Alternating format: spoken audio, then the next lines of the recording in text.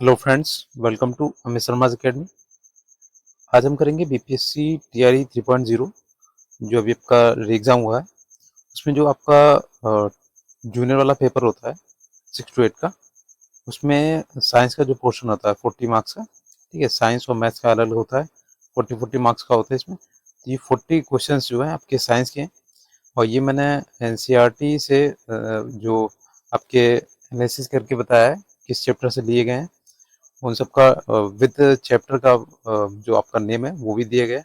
ठीक है, तो इनका पूरा एनालिसिस हम करेंगे इस वीडियो में, और वीडियो को लास्ट तक देखिएगा। काफ़ी आपके लिए इम्पोर्टेंट रहेगा, क्योंकि आपका टीआरई 4 जो आपका होने वाला है वो आपके प्रीवियस क्वेश्चंस पे बेस्ड होता है, सभी क्वेश्चंस। ठीक है, तो ये आपका देखिए, इसमें 95% तो लगभग आपके क्वेश्चंस जो है वो एनसीईआरटी से ही मिल जाते हैं। ठीक है, 1-2% ऐसा होता है कि जो आपका जनरल साइंस होती है, जैसे आपने अगर ल्यूशन पढ़ी हो तो उससे क्वेश्चन भी पूछ लिए जाते हैं। ठीक है, और एससीईआरटी का रोल ये होता है कि अगर आपको एससीईआरटी या एनसीईआरटी कोई एक ही पढ़नी पड़ी थी। ठीक है, लेकिन हाँ, ज्योग्राफी के लिए आपको क्या करना पड़ता है, जो एससीईआरटी होती है बिहार की एससीईआरटी, वो ज़्यादा इंपॉर्टेंट है, क्योंकि इसमें बिहार स्पेशल भी आता है। तो यहाँ पे आपका जो साइंस है वो आपका एनसीईआरटी से ही कवर हो जाता है।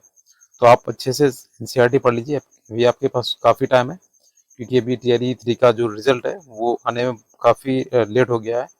तो अभी टीआरई 4 का जो है नोटिफिकेशन भी अभी आने वाला नहीं है।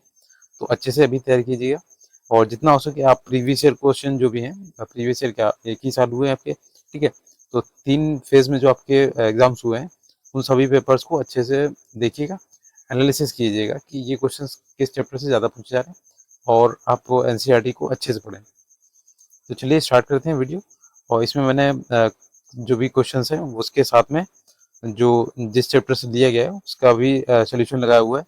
तो इसे देखते हैं सारे सभी को। देखिए, इसमें आपका साइंस जो होता है वो 111 नंबर से जो स्टार्ट होता है।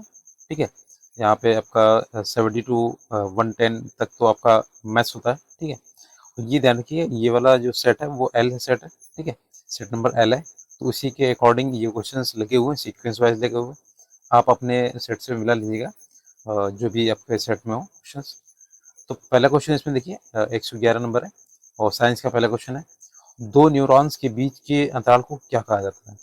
देखिए, दो न्यूरॉन्स के अंतराल को वैसे तो इंग्लिश में सिनेप्स बोलते हैं। ठीक है, सिनेप्स बोलते हैं, लेकिन यहाँ पे जो है अंतर्ग्रथन लिखा हुआ है।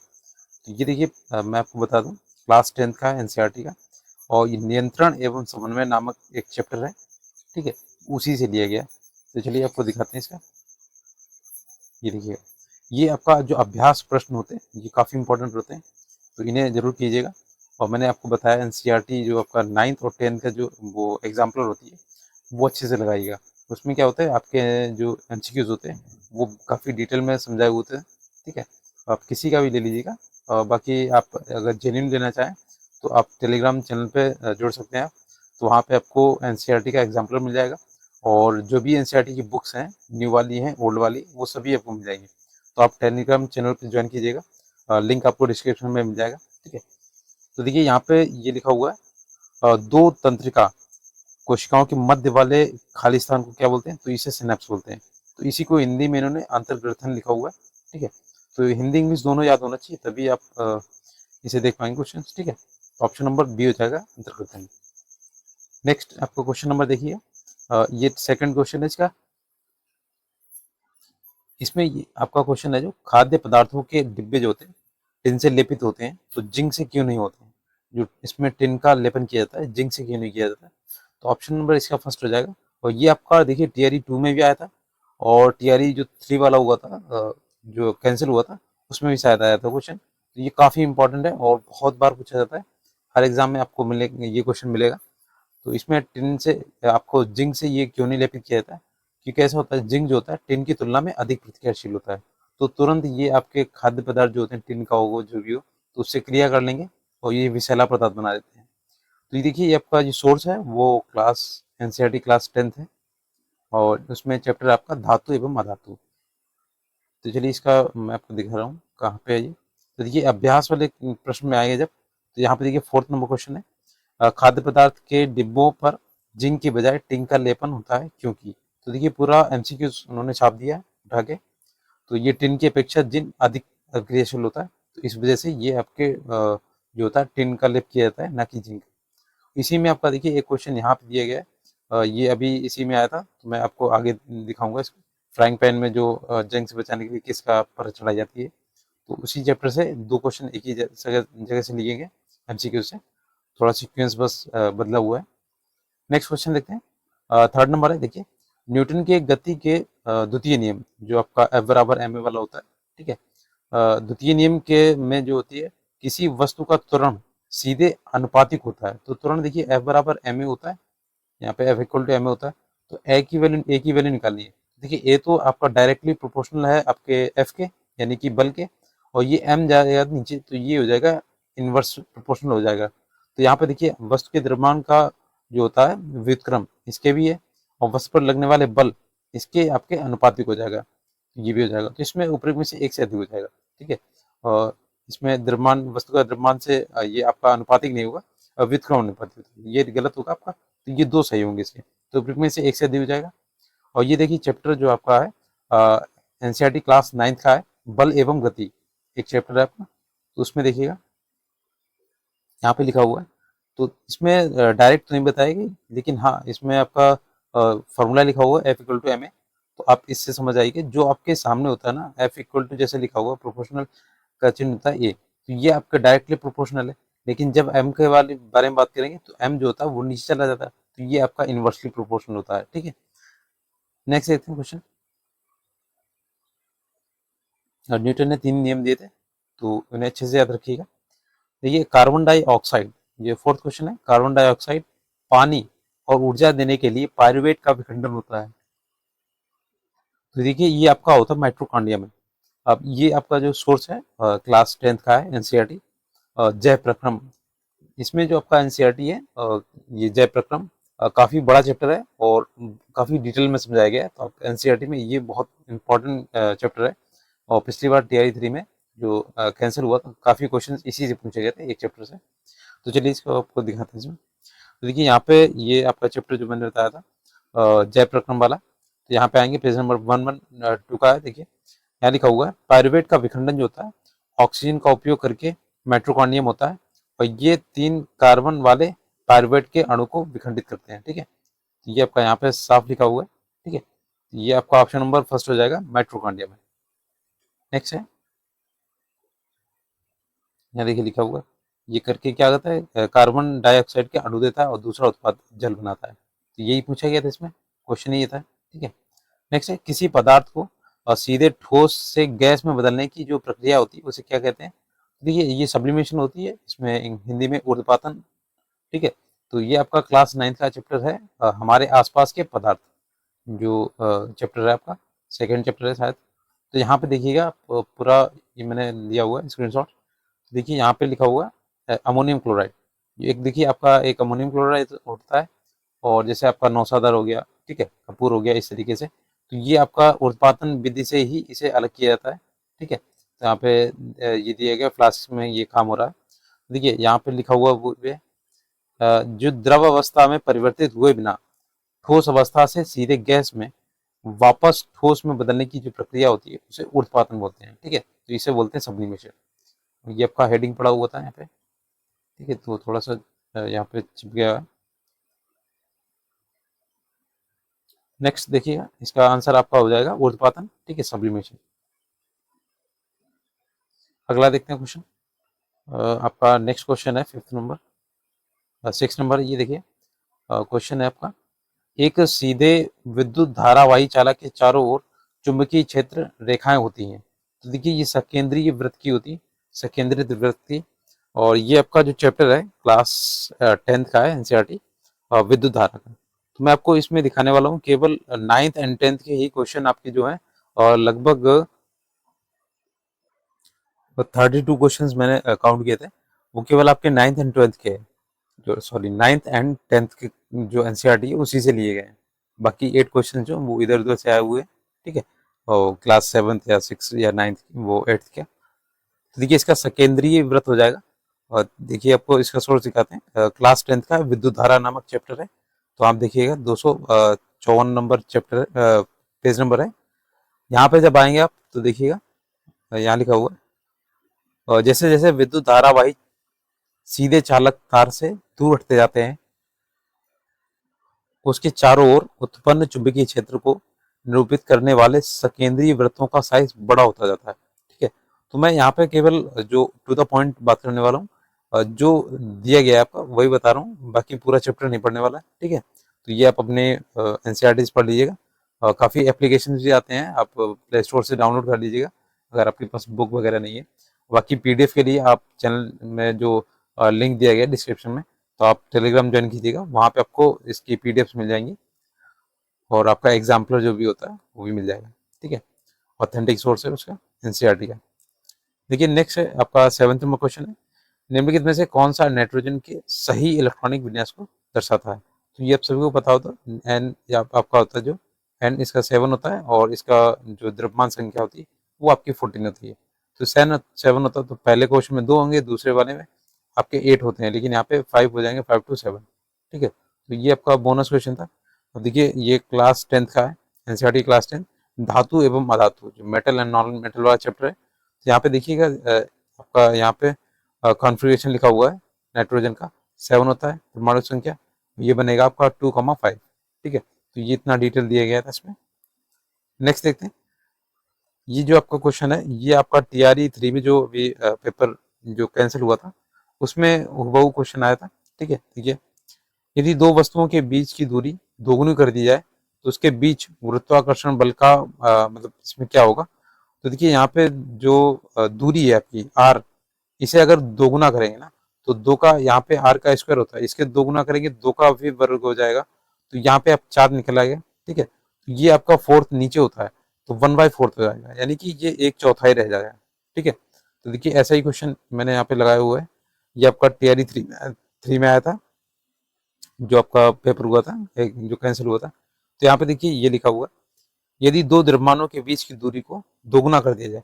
अब देखिए यहाँ पे इसने बोला है कि जो द्रव्यमान के बीच की दूरी है, तो वही बात वही की गई इसमें भी, तो दोगुना करेंगे तो क्या हो जाएगा, इसके गुरुत्वाकर्षण जो हो जाएगा वो 1/4 रह जाएगा। ठीक है, क्योंकि आपका आर स्क्वायर होता है स्क्वायर में होता है, तो 2 का स्क्वायर करेंगे तो ये 4 निकल आएगा 12।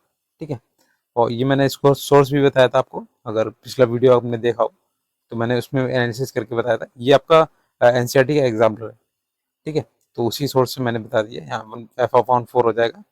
और नेक्स्ट ये देखो यहाँ पे 1/4, ये 4 गुना हो जाएगा। 4 गुना तब होगा जब आपका जो द्रव्यमान है उसे दोगुना किया जाएगा। ठीक है, यहाँ देखिए ये लिखा हुआ है, यदि दो कणों के द्रव्यमान दोगुने कर दिए जाए तो क्या हो जाएगा आपका, वहां पे 4 गुना हो जाएगा।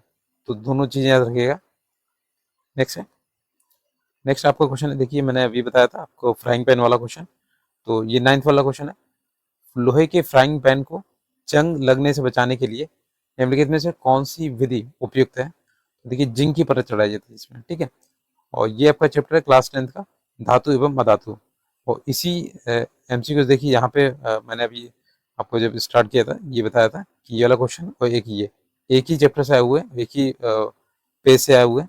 देखिए यहाँ पे लिखा हुआ है, लोहे के फ्राइंग पैन को जंग से बचाने के लिए कौन सी विधि उपयुक्त है, तो जिंक की परत चढ़ाकर। नेक्स्ट है, ये आपका ऑप्शन नंबर फर्स्ट हो जाएगा इसका आंसर। ठीक है, अगला देखते हैं। और अगर वीडियो अच्छा लगा प्लीज़ शेयर कीजिएगा फ्रेंड्स के साथ में। आप लोग वीडियो देखते हैं लेकिन सब्सक्राइब नहीं करते हैं, आप एक बार सब्सक्राइब कीजिएगा, काफ़ी आपको कंटेंट मिलेगा यहाँ पे टीआरई 4 के लिए। देखिए यहाँ पे आपका क्वेश्चन है, मनुष्यों में लक्षणों की वंशागति के अध्ययन को क्या कहा जाता है। तो ये आपका मोस्ट इम्पोर्टेंट इतना है कि आपका 100% ये जो है टीआरई फर्स्ट सेकेंड थर्ड सभी में आपको ये क्वेश्चन देखने को मिला है वंशागति वाला। ठीक है, ये आपका यहाँ पे देखिए चैप्टर नंबर हो जाएगा क्लास 10th का है एनसीईआरटी, आनुवंशिकता एवं जैव विकास। तो देखिएगा ये रहा आपका, इसमें थोड़ा सा डिटेल में नहीं लिखा लेकिन हाँ लिखा हुआ है, मानव में लक्षणों के वंशागति के नियम इस बात पर आधारित हैं कि माता पिता दोनों ही समान मात्रा में आनुवंशिक पदार्थ को और संतति जो आपकी शिशु होती है, थोड़ा सा जूम कर देता, ये संतति होती है शिशु से स्थानांतरित करते हैं। ठीक है, यही आपका जो आनुवंशिक पदार्थ होता है, यही वंशागति जो वंशागति के नियम के आधार पर ही ये आपके ट्रांसफर होते हैं, जो लक्षण होते हैं, ठीक है। तो ये आपका ऑप्शन नंबर सी हो जाएगा, वंशागति। नेक्स्ट है, अब देखिए इसमें एक आपका न्यूमेरिकल आया था। यदि कार का द्रव्यमान जो है 1500 किलोग्राम है, तो कार का वेग 30 किलो मीटर पर घंटा, यानी घंटा इनवर्स लिखा हुआ तो प्रति घंटा हो जाएगा, से 60 किलोमीटर प्रति घंटे तक बढ़ाने के लिए कितना कार्य करना होगा। अब देखिए ये क्वेश्चन जो था मैंने इंग्लिश का इसलिए लिया क्योंकि जो हिंदी में था वहाँ पे वैल्यू जो थी वो पॉइंट में लिखी हुई थी, तो थोड़ा सा डिफरेंस आ रहा था। यहाँ पे आंसर 15,000 ये आपका लिखा हुआ है, 15,6250 ये जूल में लिखा हुआ है, ठीक है। तो वहाँ पे लिखा हुआ था 15 से नहीं, वहाँ 16 से स्टार्ट था शायद। तो थोड़ा सा जो आपका पॉइंट में था उसमें गड़बड़ था, क्योंकि उसमें एक्यूरेट वैल्यू ली थी, इसमें इन्होंने अप्रॉक्स में ली है 50/30 लिया है, ठीक है। तो इसमें उन्होंने काट के लिखा हुआ था। ये आपका देखिए इंग्लिश में है। यहाँ पे देखिए, what is the work of to be done in increase the velocity of car from 30 to 60 हो गया, और 1500 kg आपका ये मास है इसका, ठीक है। तो बस ये वैल्यू रखेंगे आप। तो इसमें पहले आपको ये रहा, इसमें आप प्रारंभिक वेग निकालेंगे और फिर आपका अंतिम वेग जो होगा, और इसमें आपका फॉर्मूला लग जाएगा, ठीक है, काइनेमेटिक एनर्जी वाला। नेक्स्ट आपका क्वेश्चन देखिए, तो इसमें आपका आंसर हो जाएगा ये आपका हो जाएगा 1,56,250 जूल में रहेगा, ठीक है, क्योंकि इसने कार्य पूछा, कार्य आपका जूल में होता है।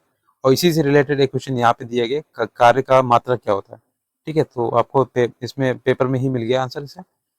नेक्स्ट देखिए, क्वेश्चन नंबर आपका है, किसी वस्तु को स्थिर वेग पर बनाए रखने के लिए आवश्यक बल जो है वो कौन सा होता है। ये मुझे एनसीईआरटी में तो नहीं मिला, आप देखिएगा, वैसे तो एनसीईआरटी में नहीं है, आपको एल्यूशन में मिल सकता है ये।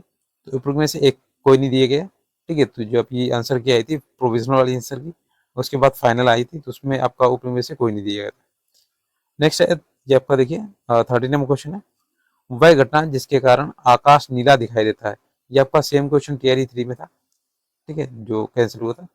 तो उसमें प्रकाश का प्रकीर्णन था, उसमें वायुमंडलीय परावर्तन था शायद, ठीक है।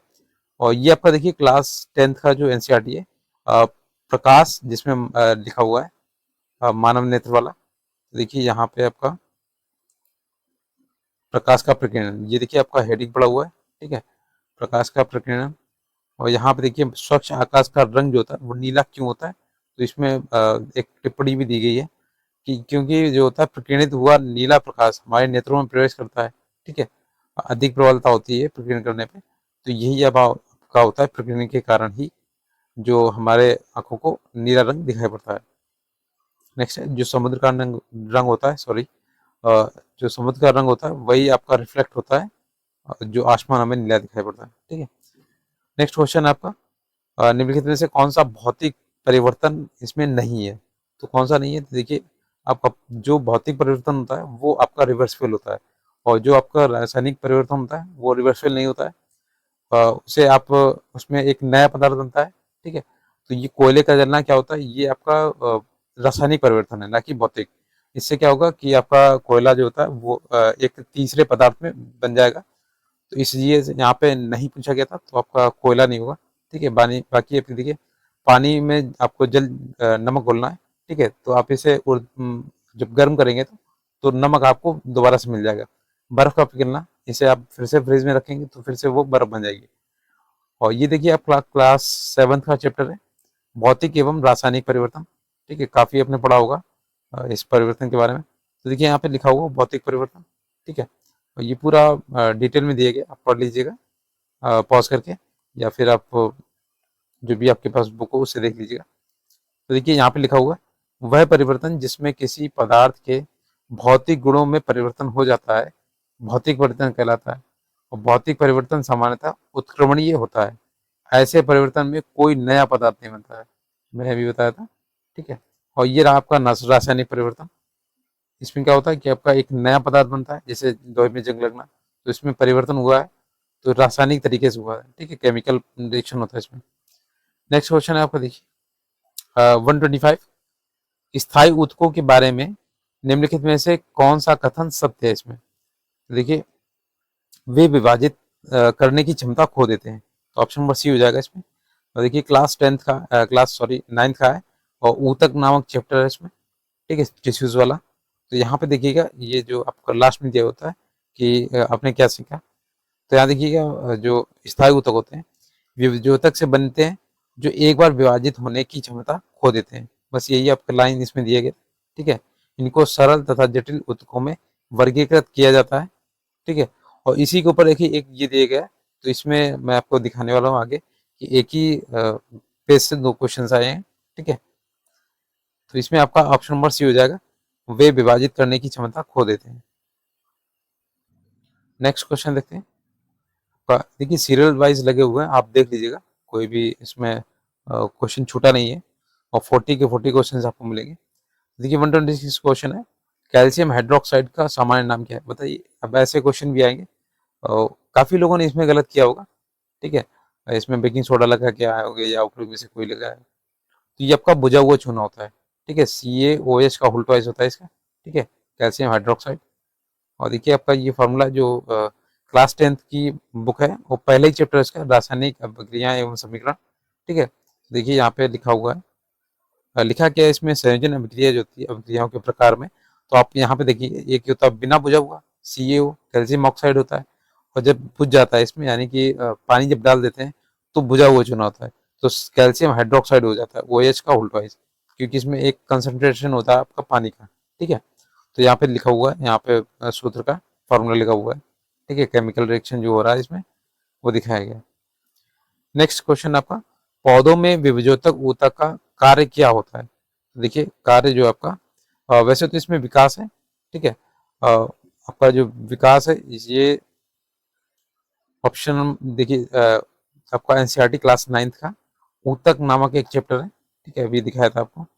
तो वहीं पे आप आएंगे जब यहाँ तो ये विभेद्योतक के बारे में पूरा लिखा हुआ है डिटेल से। तो देखिए यहाँ पे विकास तो नहीं लेकिन हाँ वृद्धि लिखा हुआ है। वृद्धि और विकास क्या होते हैं, एक ही एक जो आपने CDP पढ़ी होगी, तो दोनों विकास और वृद्धि होते हैं, दोनों एक दूसरे के पहलू होते हैं। तो यहाँ पे देखिए पौधे में वृद्धि कुछ निश्चित क्षेत्रों में ही होती है, ऐसा विभाजित ऊतकों के उन भागों में पाए जाने के कारण होती है।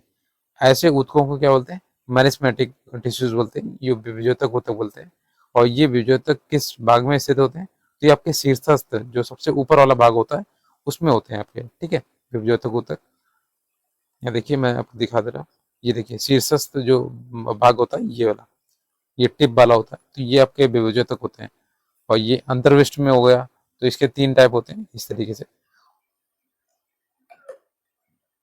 नेक्स्ट देखिए यहाँ पे स्थायी ऊतक भी दिए गए, ठीक है, सरल ऊतक स्थायी ऊतक जो भी है आप अच्छे से पढ़ लीजिएगा इसे। अगला देखते हैं क्वेश्चन 128 है, कार्य की SI इकाई क्या है। तो आप सभी को पता होगा जूल होता है, ठीक है, कार्य का, और ये जैसे लिखा जाता है। तो ये देखिए क्लास 9th का है, NCERT क्लास 9 कार्य एवं ऊर्जा एक चैप्टर है। देखिए यहाँ पे लिखा हुआ है, ये जो है आपका एक नियत बल द्वारा किया गया कार्य, एक हेडिंग लिखी हुई है, ठीक है।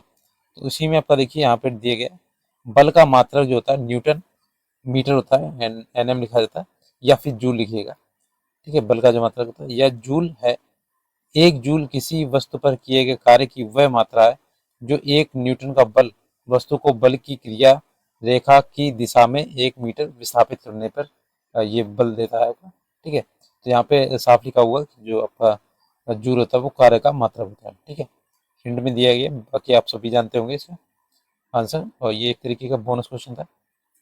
नेक्स्ट आपका देखिए क्वेश्चन नंबर 129, देखिए निम्नलिखित में से कौन सा असंतृप्त हाइड्रोकार्बन है। तो देखिए आपका असंतृप्त जो होते हैं, देखिए सिंगुलर जो बॉन्ड होता है वो आपका संतृप्त होता है, बाकी double bond and triple bond ये आपके असंतृप्त होते हैं, ये तीन दोनों, ठीक है। तो ये असंतृप्त की श्रेणी में आते हैं, और बाकी आपका जो सिंगल बॉन्ड होगा वो आपका संतृप्त होता है।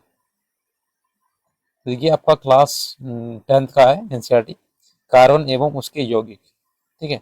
तो कार्बन एंड इट्स कंपाउंड वाला चैप्टर आप देखिएगा, यहाँ पे ये लिखिए लिखा हुआ,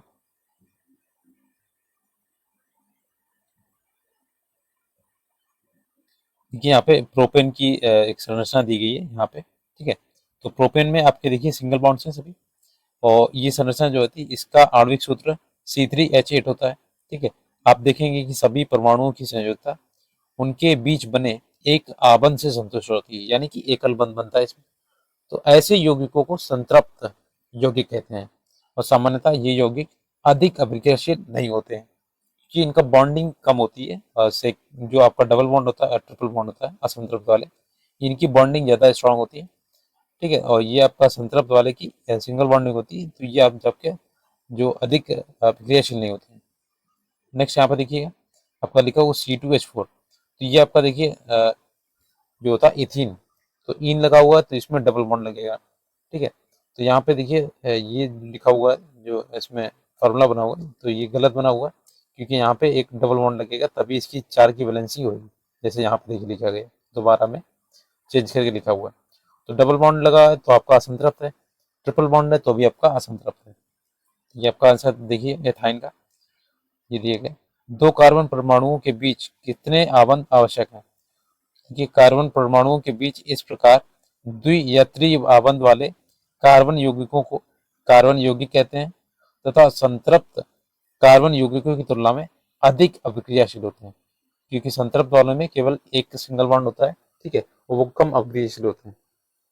ये देखिए पूरा मैंने आपको दिखा दिया दो तरफ से इसमें। नेक्स्ट क्वेश्चन देखिए 130 का, इसमें आपका क्वेश्चन है निम्नलिखित में से कौन सा खाद्य श्रृंखला का निर्माण करता है? तो देखिए आप यहाँ पे सबसे पहले उत्पादक आएंगे, ठीक है, फिर आपके उपभोक्ता आएंगे। तो ये आपका घास जो है आपकी उत्पादक है, यहाँ पे भी घास है तो ये वाला तो नहीं रहेगा। घास को बकरी खाएगी और बकरी को इंसान, क्योंकि इंसान जो होता है वो आपका omnivorous होता है, दोनों चीजें खा सकता है। और ये आपका क्लास 10th का एनसीईआरटी है, हमारा पर्यावरण एक चैप्टर है लास्ट में, तो वहाँ दिया गया है। देखिए आपका यहाँ पे अच्छे से दिया गया है, थोड़ा डायग्राम से समझ लीजिएगा। जैसे ये आपका प्राथमिक जो उत्पादक है, ठीक है, सॉरी प्राथमिक क्या, ये आपके उत्पादक हैं, और ये जब आपका जो सनलाइट से आपका बनाते हैं, ठीक है, अपना खाना, तो ये जो जानवर होते हैं आपके शाकाहारी वाले, ठीक है, यहाँ पे बकरी दी गई, ठीक है, बकरी खाती है। इसके बाद जो आपका सर्वोच्च वाला हुआ, तो यहाँ पे सर्वोच्च आपके जो होते हैं जैसे ये मांसाहारी हुए जाके, तो इन सभी को खा सकते हैं ये। ठीक है, इसी तरीके मनुष्य भी इसमें आता है, आपको सर्वाहारी में वो दोनों चीजें खा सकता है।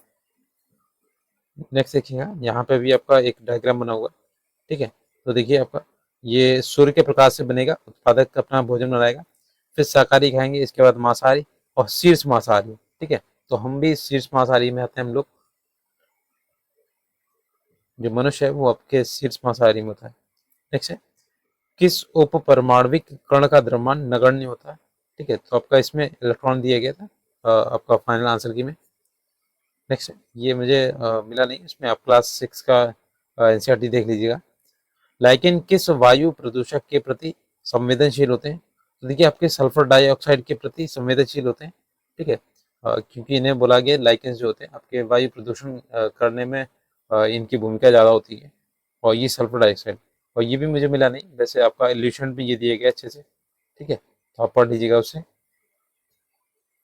नेक्स्ट है आपका देखिए क्वेश्चन नंबर 133। देखिए ब्यूटेनॉन कार्यात्मक समूह वाला 4 कार्बन यौगिक कौन है? तो देखिए ये कीटोन है। ठीक है, तो ये ब्यूटेनॉन होता है, इसमें ओन लगा होता है, तो ये कीटोन का ही एक इसका फैमिली का है। ठीक है, और ये आपका क्लास 10th एनसीईआरटी कार्बन एवं उसके यौगिक एक चैप्टर आपका देखिएगा, यहाँ पे लिखा हुआ है आपका जो एमसीक्यूज है, ब्यूटेनॉन चतुर कार्बन यौगिक है जिसका प्रकार्यात्मक समूह जो होता है वो कीटोन होता है। ठीक है, नेक्स्ट है देखिए यहाँ पे लिखा हुआ है, ये इसका है। देखिए निम्नलिखित में से कौन सा पादप हार्मोन है? ठीक है, तो देखिए इसमें आपका उपयोग में से एक से अधिक हो जाएंगे, साइटोकानिन, जिब्रेलिन, आपका ऑक्सिन। ये आपका नियंत्रण एवं समन्वय नामक चैप्टर है क्लास 10th का एनसीईआरटी में, तो देख लीजिए आप क्लास 10th का कितने ही क्वेश्चन आपको मिलेंगे इसमें। ठीक है, 90-20 के करीब ये आपके एनसीईआरटी के क्लास 10th के, और क्लास 9th के भी आपके ऐसे ही हैं, 12-13 है, तो टोटल आपका 32-33 क्वेश्चन जो है आपके केवल आपके 9th एंड 10th से हैं। ठीक है, तो इसलिए ज़्यादा इंपॉर्टेंट अच्छे से पढ़िएगा। यहाँ देखिए ऑक्सीजन दिया गया, ठीक ठीक है, तो मैं आपको दिखा दे रहा हूँ जो इन्होंने नाम दिए। ये हो गया आपका ऑक्सिन, ठीक है। फिर आपका जिब्रेली हो गया, और एक साइटोकाइनिन, एक आपका है अब्सिसिक एसिड, ठीक है। तो ये वृद्धि का संबंधन करता है। और ऑक्सीजन ऑक्सीजन जो होता है ये तने की वृद्धि में सहायक होता है। साइटोकाइनिन क्या होता है, कोशिका विभाजन करता है। तो सभी का नाम लिखा हुआ देखिए। और ये देखिए आपका, ये ऑक्सीजन होता है, ग्रहों की छाया वाले भाग में पाया जाता है, ठीक है। और ये आपका जो जूनियर का पेपर हुआ था, सॉरी जूनियर नहीं, आपका पीआरटी वाला जो हुआ था, उसमें जो जीएस वाला पूछा जाता है 8 क्वेश्चन में, उसी में ऑक्सीजन का ये प्रो वाला भाग का बारे में बात की गई थी, ठीक है। तो ये आपके सभी जो है इसके एग्जाम्पल है। सॉरी यहाँ पे देखिए, ये रहा आपका क्वेश्चन। तो ये आपके पादप हार्मोन है, ठीक है, एक जंतु हार्मोन होते हैं अलग से, और ये आपके पादप हार्मोन है। तो ऊपर में से एक से अधिक हो जाएगा इसका आंसर। नेक्स्ट अगला देखते हैं। क्वेश्चन नंबर आपका देखिए, पृथ्वी की सतह पर गुरुत्वाकर्षण के कारण त्वरण लगभग क्या होता है। तो देखिए इसमें काफी कंफ्यूज किया हुआ लोगों को, और 10 भी लगा के आएंगे कुछ लोग, 9.8, ठीक है। 6.4 तो बहुत ही कम लोगों ने लगाया गलती से। अब देखिए ये क्लास 9th का है, इसमें चैप्टर है आपका ग्रेविटेशनल वाला, गुरुत्वाकर्षण, ठीक है। तो यहाँ पे देखिएगा, अच्छे से समझाया नहीं गया, लेकिन हाँ इसके जी का मान कर निकाला गया है इसमें डेरिवेट करके। तो गुरुत्वीय त्वरण जी के मान की परिकलन किया गया है। तो यहाँ पे जब जी का मान निकालेंगे तो ये 9.8 दिया गया है, ठीक है। तो स्टैंडर्ड वैल्यू 9.8 है, कभी कभार जी का वैल्यू 10 दे दिया जाता है, तो 9.8 ही लगाना चाहिए अप्रॉक्स। ये आपका बिल्कुल सटीक होता है, ठीक है, मीटर पर सेकेंड स्क्वायर होता है। ये आपका जी का वैल्यू आ गया, ठीक है। अब देखिए इसमें गुरुत्वीय त्वरण हो गया, तो ऑप्शन नंबर ये डी सी वाला हो जाएगा, 9.8 metre per second square. Next देखिए क्वेश्चन।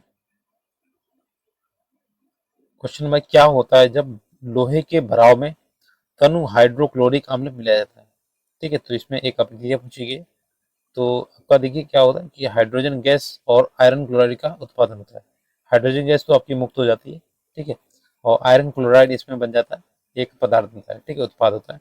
तो इसमें आपका लोहे के भराव में तनु हाइड्रोक्लोरिक एसिड जो बनाता है HCl वाला, तो उससे ये आपका अभिक्रिया होती है।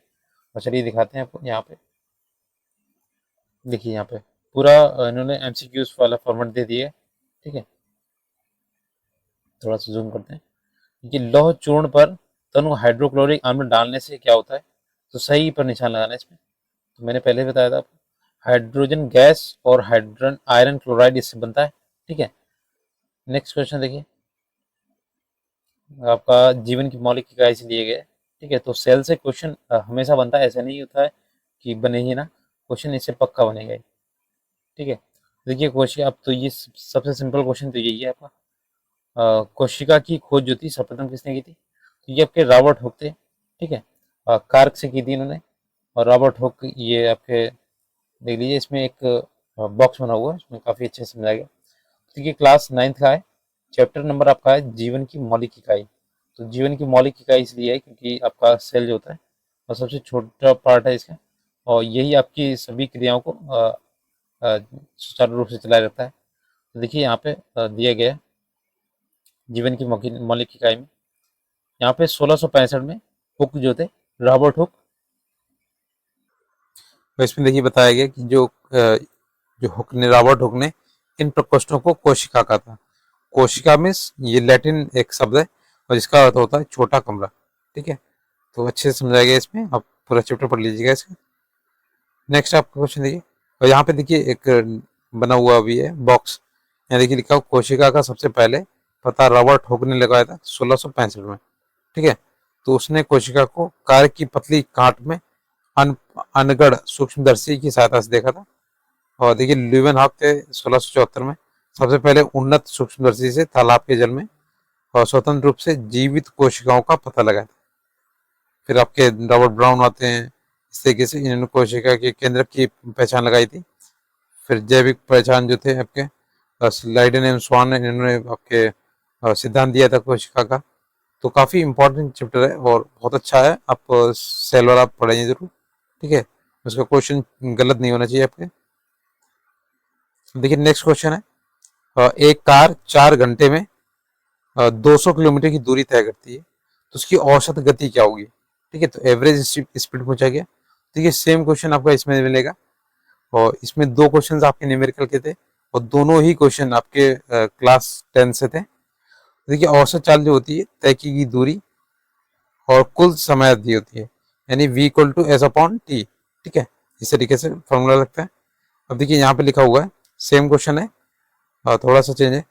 100 किलोमीटर की दूरी तय करने और उसका औसत जो चाल है 50 किलोमीटर पर आवर है, तो कार पूरे समय 50 किलोमीटर पर आवर की चाल से नहीं चलती होगी। कुछ समय ये अधिक तो कुछ समय कम हो जाती है। तो ये मैंने आपको एग्जांपल बता दिया। तो इसका जो आंसर होगा जाके 50 किलोमीटर पर घंटा होगा, क्योंकि 200 आपका हो जाएगा ये कुल दूरी अपॉन घंटे। तो जो भी आपका घंटा होगा 4 का डिवाइड करेंगे, 4 5 जा 20, ये आपका 50 किलोमीटर पर आवर हो जाएगा। ठीक है, नेक्स्ट क्वेश्चन देखिए, 39 क्वेश्चन है। मनुष्य में गुर्दे किसके तंत्र का हिस्सा है। देखिए, आपके ये एक्सक्रीशन होता है मलत्याग के, तो गुर्दे से क्या निकलता है, ये वेस्टेज जो भी निकलता है।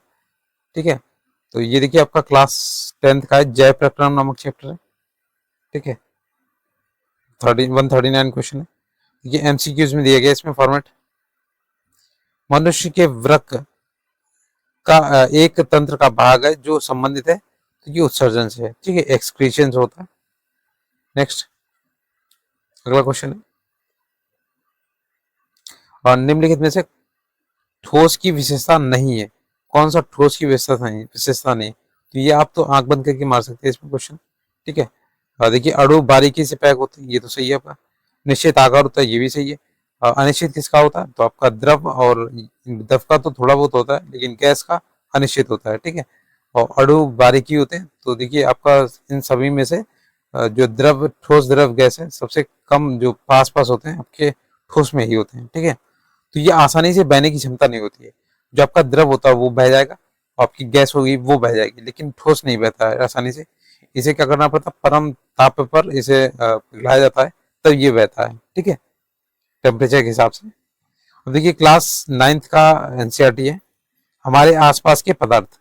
ठीक है, तो ये आपका देखिए यहाँ पर दिया गया, यहाँ देखिए लिखा है ठोस अवस्था। तो ठोस अवस्था के बारे में यहाँ पे दिए गए सभी एक निश्चित आकार के, देखिए यहाँ पे निश्चित आकार होता है। ठीक है, और स्पष्ट सीमाएं था, स्थिर आयतन, यानी नगण्य संपीड़ितता। अब देखिए, संपीड़ितता जो अगर नगण्य है, ठीक है, तो वैसे भी आपका तरल पदार्थ में नहीं पाएगा। और यहाँ पे देखिए जो संपीड़ितता किसमें होती है, तो ये आपके जो द्रव होते हैं उनमें होती है संपीड़ितता। तो इसमें ऑप्शन नंबर बी हो जाएगा, आसानी से बहने की क्षमता नहीं होती इसमें। ठीक है, नेक्स्ट क्वेश्चन देखिए, ये देखिए आपका टीआरई 3 से वो क्वेश्चन छाप दिया उन्होंने। ठीक है, दोबारा से, निम्नलिखित में से कौन सा शब्द किसी सर्किट में विद्युत शक्ति का प्रतिनिधित्व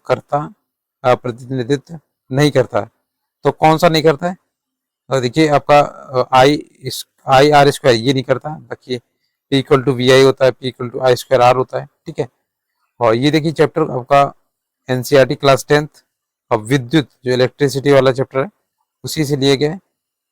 ये आपको दिखा दें, ये पूरा आपका एमसीक्यू छाप दिया उन्होंने। और निम्नलिखित में से कौन सा पद विद्युत परिपथ में विद्युत शक्ति को निरूपित करता है, तो देखिए आई आर स्क्वायर नहीं करता है, इसमें पूछा गया। ठीक है, तो आई आर स्क्वायर नहीं करता, बाकी आपका ये आपका आई स्क्वायर आर होता है, वी आई होता है, और वी अपॉन ये लिखा हुआ देखिए वी स्क्वायर अपॉन आर। तो इस तरीके से आपके जो निरूपित करते हैं विद्युत शक्ति को। नेक्स्ट क्वेश्चन देखिए, निम्नलिखित में से कौन सा एसिड का एक विशिष्ट गुण है, तो देखिए एसिड जो होता है वो आपका अम्लीय है। ठीक है, और ये क्या करता है, नीले लिटमस को लाल कर देता है, और जो क्षारीय होते हैं वो लाल को क्या करते हैं, नीला। ठीक है, तो ऑप्शन नंबर ए हो जाएगा, नीले लिटमस को लाल कर देते हैं। और क्लास 10th का है, चैप्टर नंबर है आपका देखिए अम्ल, क्षार एवं लवण।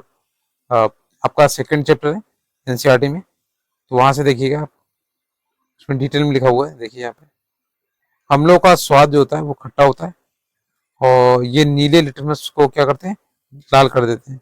ठीक है, ये आपका ये हो जाएगा ऑप्शन नंबर हो जाएगा फर्स्ट वाला, नीले लिटमस को लाल कर देते हैं। नेक्स्ट नेक्स्ट क्वेश्चन देखिए, निम्नलिखित में से किसमें ध्वनि की गति अधिकतम होगी? तो देखिए ध्वनि की जो होती है वो सबसे ज्यादा ठोस में होगी और सबसे कम किसमें होगी? आपका जैसे जो सॉलिड वगैरह हो गए, सॉरी जो गैसेज हो गई आपके, जो लिक्विड हो गए इसमें सबसे कम होगी। ठीक है, तो ऑप्शन नंबर बी ए वाला हो जाएगा इस्पात यानी स्टील। स्टील में सबसे कम आपका जो ध्वनि की दिक्कत है, ध्वनि की गति इसमें अधिकतम सबसे ज्यादा इसी में होगी। ठीक है, और सबसे कम किसमें होगी? तो जैसे निर्वात होता है उसमें आपकी ध्वनि की गति नहीं होती। ठीक है, इसीलिए निर्वात में क्या होता है, जैसे आपका वायुमंडल में उसमें आपस में बात करने से आपको सुनाई नहीं देगा क्योंकि वहां पे माध्यम नहीं है, और माध्यम जहाँ होगा उसी में ध्वनि संचरित करेगी। और इस्पात ये जो आपके स्टील होते हैं ये ठोस हैं, इसमें माध्यम के कण बहुत पास पास होते हैं, तो इसलिए क्लास 9 का देखिए ध्वनि नामक एक चैप्टर है, तो वहां से लिए गया, देखते दिखाते हैं। यहाँ देखिए एक टेबल बनी हुई है, ध्वनि की चाल जो होती है सबसे अधिक इसमें है। तो देखिए इसमें सबसे पहले तो एल्यूमिनियम है, फिर निकल है, फिर स्टील आपका। तो ये इसमें एल्यूमिनियम और निकल तो दिया नहीं है, तो कंपैरिजन के हिसाब से आपका स्टील जो है उसमें सबसे ज्यादा होगी। ठीक है, इसमें ऑप्शन नंबर फर्स्ट हो जाएगा। नेक्स्ट देखते हैं, नेक्स्ट क्वेश्चन नंबर 114, 144 में निम्नलिखित में से कौन सी पर्यावरण अनुकूल दशाएं हैं? देखिए इसमें आपका अनुकूल दशाएं जो है क्लास 10th का है हमारा पर्यावरण, क्लास 10th का चैप्टर है हमारा पर्यावरण। इसमें देखिए पहला है आपकी माँ द्वारा अपने स्कूटर पर आपको स्कूल छोड़ने के बजाय पैदल स्कूल जाना, ये भी सही है। अनावश्यक लाइटें और पंखे बंद कर देना, ये भी सही है। तो खरीदारी करते समय सामान रखने के लिए कपड़े का थैला साथ रखना। ठीक है, तो ये पॉलिथीन जो होती है वो नहीं लेनी चाहिए। तो फिर में से एक से अधिक हो जाएगा इसका सही। तो देखिए इस तरह की क्वेश्चन भी आपको मैं दिखा रहा हूँ, मिल जाते हैं। देखिए अब केस में, निम्न केस में कौन सा पर्यावरण मित्र व्यवहार करते हैं? तो बाजार जाते समय कपड़े का थैला ले जाना, कार्य समाप्त होने पर लाइट तथा जो पंखे होते हैं वो स्विच बंद कर देना, माँ द्वारा स्कूटर से विद्यालय छोड़ने के बजाय तुम्हारा विद्यालय तक पैदल जाना। तो प्रयोग में से एक ये सभी हो जाएंगे सही, तो आंसर है आपके। नेक्स्ट क्वेश्चन देखिए, क्वेश्चन क्या आपका एमसीक्यू, सॉरी जो न्यूमेरिकल है दो निकल चुके थे आपके, एक ये तीसरा है, और तीनों को तीनों आपको मैंने दिखाया कि किस बुक से हैं। ठीक है, अभी दिखा रहे हैं इसमें 145 का देखिए क्वेश्चन। एक स्थिर स्थिति से शुरू करते हुए राहुल जो होता 30 सेकेंड में 6 मीटर पर सेकेंड का वेग प्राप्त करने के लिए अपनी साइकिल चलाता है। फिर वह इस ब्रेक को लगाता है और कि वेग तेज हो जाए, और 5 सेकेंड में साइकिल की गति घटकर क्या होती है 4 मीटर पर सेकेंड स्क्वायर हो गई। अब देखिए इसमें दोनों स्थितियों में साइकिल के त्वरण की गणना करनी है। ठीक है, देखिए इसमें हो जाएगा आपका ऑप्शन नंबर बी वाला 0.2 मीटर पर सेकेंड स्क्वायर, और माइनस का 0.4 metre per second square. Option number B हो जाएगा इसका। और ये एनसीईआरटी क्लास 9th का गति वाला जो चैप्टर है उसी से लिया गया। देखिए मैं आपको दिखा रहा हूँ, यहाँ पे देखिए ये क्वेश्चन पूरा दिया 8.4 वाला। ठीक है, पूरा छाप दिया इन्होंने। जब इसका आंसर निकालोगे आप तो यहाँ देखिए ये निकलेगा आपका प्रारंभिक वेग, यहाँ देखिए 0.2 मीटर पर सेकेंड स्क्वायर, और दूसरी अवस्था में देखिए आपका ए निकलेगा माइनस का 0.4 मीटर पर सेकेंड स्क्वायर। ठीक है, तो ये देखिए पहली स्थिति और ये सेकेंड स्थिति। नेक्स्ट देखिए, पराग कोश में शामिल कौन से होते हैं? तो परागण शामिल होते हैं इसमें पराग कोश में। ये आपका देखिए क्लास 10th का जो जीव जनन कैसे करते हैं चैप्टर है उसी से लिया गया। ठीक है, तो मैं आपको दिखा दे रहा हूँ इसका आंसर। परागकोश में क्या होते हैं? तो परागकण होते हैं। तो देखिए एमसीक्यू दिए गए सीधे सीधे, तो इसमें आपके क्या होंगे परागकण होंगे। ठीक है, नेक्स्ट क्वेश्चन नंबर 147 देखिए, निम्नलिखित में से किस मंडल में मौसम की घटनाएं होती हैं? तो किस मंडल में होती है? तो क्षोभ मंडल में आपकी मौसम घटनाएं होती है। ठीक है, समता मंडल में आपके जहाज वगैरह उड़ते हैं। तो क्लास जो आपका एनसीईआरटी 7th है जियोग्राफी वाला। ठीक है, इसमें साइंस नहीं, ये साइंस में नहीं दिया गया था। ज्योग्राफी की आपके पास अगर हो क्लास 7 तो उसमें देखिए वायु वाला चैप्टर, तो यहाँ पे आपका डायग्राम में समझा गया। ठीक है, क्षोभ सीमा ये माउंट एवरेस्ट वगैरह ये। ठीक है, तो क्षोभ मंडल में आपकी मौसम में भी घटना होती है। बाकी चलिए अब मैं आपको दिखा दे रहा हूँ इसका प्रूफ पूरा। देखिए क्षोभ मंडल का इसमें हेडिंग दिया गया। ठीक है, चढ़ाने के बाद में मौसम की लगभग सभी घटनाएं जैसे होता है वर्षा, कोहरा, अवलोकार, अवलो ओलावृष्टि जो होती है इसी तरफ के अंदर होती है। ठीक है, नेक्स्ट क्वेश्चन है 148 देखिए। निम्नलिखित में से कौन सा वेक्टर जनित बीमारी, कौन सी संक्रमण, वेक्टर होता है उसका मतलब होता है संक्रमण, तो इसमें कौन सा नहीं है पूछा गया। देखिए आपका टीवी नहीं होता, बाकी डेंगू मलेरिया होता है। और ये आपका क्लास 9th का है, हम बीमार क्यों होते हैं, चैप्टर 1 आपका है और क्लास 9th का है। तो देखिएगा इसमें आपको दिखा रहा हूँ सोर्स का। देखिए इसमें अलग अलग दिखा हुआ है सभी जगह। ये जंतु रोगाणु जो संक्रमण करने वाले कारक को रोगी से लेकर अन्य पोषी तक पहुंचा देते हैं, तथा ये मध्यस्थ का काम करते हैं, जिन्हें रोग वाहक यानी वेक्टर कहते हैं। तो सामान्य रोग वाहक जो होते हैं मच्छर का एक उदाहरण है। ठीक है, और यहाँ पे देखिए ऐसी इस प्रकार से वे एक मनुष्य से दूसरे मनुष्य के रोग में फैलते हैं। ठीक है, ये देखिए रोग का संक्रमण हो रहा है किस तरीके से, ये ये जो आपके जानवर हैं या किसी का जूठा खाना वगैरह। नेक्स्ट नेक्स्ट क्वेश्चन है 148 का। देखिए निम्नलिखित में से मैंने बता दिया, ऑप्शन नंबर ए हो जाएगा। जो आपका टीबी होता है, यक्ष्मा इसे टीबी बोलते हैं, ट्यूबरकुलोसिस बोलते हैं। ठीक है, ये आपका संक्रमण द्वारा नहीं होता। नेक्स्ट देखिए क्वेश्चन नंबर 149। क्या होता है जब प्रकाश होता है हवा से कांच में स्लैब प्रवेश करता है, तो हवा से कांच में जाएगा। तो देखिए आपका ये हो जाएगा एक सामान्य की ओर झुकता है, और ये आपका क्लास 10th का है, एनसीईआरटी प्रकाश जो चैप्टर है उसी से लिए गए। ठीक है, वह ये सामान्य की ओर झुकता है। ठीक है, तो देखिएगा यहाँ पे लिखा हुआ है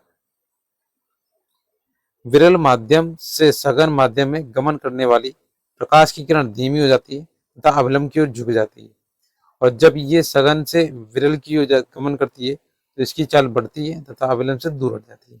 ठीक है, तो ये एक तरीके स्टेटमेंट दिया गया है, तो आप पढ़ लीजिएगा इसे। इसका आंसर हो जाएगा आपका उपयुक्त में से सॉरी एक सामान्य की ओर झुकता है।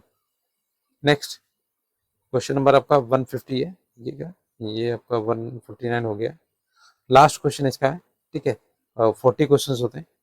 देखिए कोशिका की चारों ओर, थोड़ा सा जूम करते हैं, कोशिका की चारों ओर की जो झिल्ली होती है वो कौन सी होती है। तो देखिए ये प्लाज्मा झिल्ली होती है, प्लाज्मा मेम्ब्रेन बोलते हैं। और क्लास 9 का है चैप्टर जीवन की मौलिक इकाई। ठीक है, तभी इससे 2 क्वेश्चन आ चुके हैं इसी से। देखिएगा यहाँ लिखा हुआ है प्लाज्मा झिल्ली अथवा कोशिका झिल्ली, इसे कोशिका झिल्ली बोलो या प्लाज्मा झिल्ली, बात एक ही। ठीक है, ये होता है ये कोशिका की सबसे बाहरी परत है जो कोशिका के घटकों को बाहरी पर्यावरण से अलग करती है, और प्लाज्मा झिल्ली कुछ पदार्थों को अंदर अथवा बाहर जाने देती है, ये अन्य पदार्थों की गति को भी रोकती है। ठीक है, तो इसमें प्लाज्मा झिल्ली के बारे में पूरा नोट दिए गए, तो पढ़ लीजिएगा। नेक्स्ट देखिए ये आपका 150 क्वेश्चन हो गए, और ये आपका मैंने पूरा एनसीईआरटी बेस्ड ही कराया है। और इसमें मैं आपको बता दे रहा हूँ जो एनसीईआरटी 10th की है उससे लगभग 20 क्वेश्चन उसी से आए हुए। ठीक है, और बच्चे हुए जो थे आपके 9th क्लास से, और इस बार आपका क्लास 6, 7, 8 से बहुत ही कम क्वेश्चन आए, 7 से एक आया था क्वेश्चन। तो पिछली बार तो काफ़ी क्वेश्चन आए थे इसके, क्लास 6 से भी आए थे, एससीईआरटी से भी लिए गए थे, लेकिन इस बार 9th और 10th जो बुक है वो काफ़ी इंपॉर्टेंट, उसी से पूरा सिलेबस इसमें दिया गया और 40 क्वेश्चन का। तो अगर वीडियो अच्छा लगा तो प्लीज़ शेयर कीजिएगा फ्रेंड्स के साथ में। आप तैयारी 4 की तैयारी करना चाहते हैं तो आप चैनल से जुड़िएगा, और फ्री ऑफ कॉस्ट कराएंगे आपको प्रिपरेशन, और काफ़ी प्लेलिस्ट बनी हुई है, आप एक बार चैनल पे विजिट कीजिएगा तो प्लेलिस्ट मिल जाएंगी, आप उससे तैयारी कर सकते हैं। ठीक है, मैंने पूरा एनालिसिस करा हुआ है जितने पेपर हुए हैं आपका टीआरई 1, 2, 3 उनका, जो एनसीईआरटी से लिए गए एससीईआरटी से पूरा मैंने डिटेल से एनालिसिस किया हुआ है। आप लोग वीडियो देखते हैं लेकिन सब्सक्राइब नहीं करते, तो प्लीज़ सब्सक्राइब कीजिएगा और दूसरों को साथ जो भी आपके फ्रेंड्स वगैरह हो उन्हें शेयर कीजिएगा। Thanks for watching.